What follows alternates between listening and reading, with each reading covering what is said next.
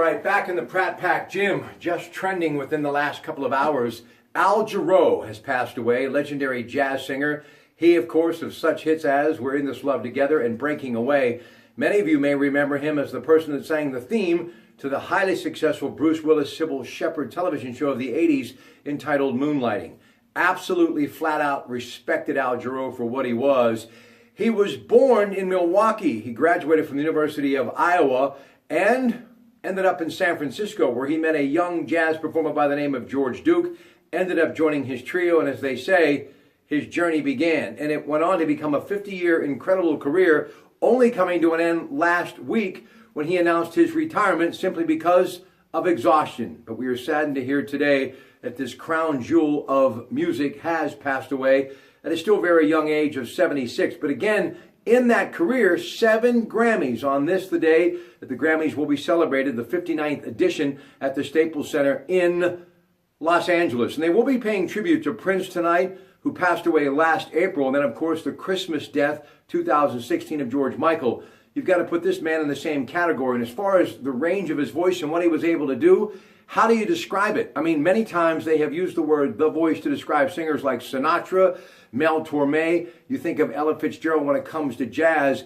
But this guy had the ability to hit octaves that maybe only a great Marvin Gaye from Motown was able to do. And he had the smooth sound of an Nat King Cole.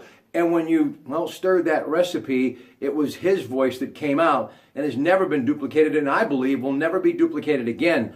And because of my ability to play music and be in radio, as I have for so many decades, I remember when he came onto the scene in the 70s. And you have to remember, we were still in the midst of kind of that disco sound, if you will, and also rock and roll, in which some of the bands that we all remember were out there doing what they do. People like Foreigner and people like Grand Funk Railroad and people like Foghat.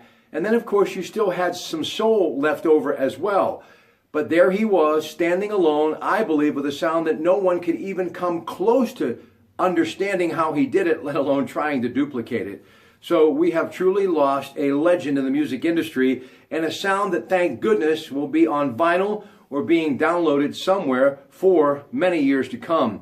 And you know, a lot of you, of course, download your music and build your own music libraries. I, of course, have done the same thing, whether it be in my smartphone or on my desktop, but it's always right here. The decades upon decades of music that I have played and stored in my brain, to where if I hear just a couple of notes, I know exactly who that person is. And you know, it's amazing when you think of Al Jarreau, because he did something that was called scatting. He was so good at it, and there were many others, people like Mel Torme and Ella Fitzgerald, even Sammy Davis Jr. at times, when he wanted to do that, he could do it because he was just that good. But Al Jarreau, in my opinion, a high wire act without a net, because he was that confident, thus his nickname, the Acrobat of Scat.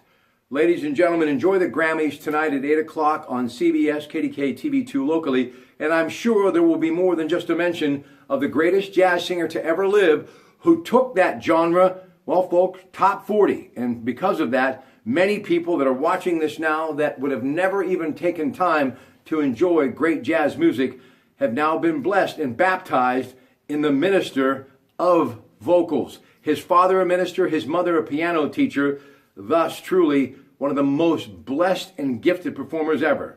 Al Jarreau has passed away at the age of 76. Have a great day, everybody.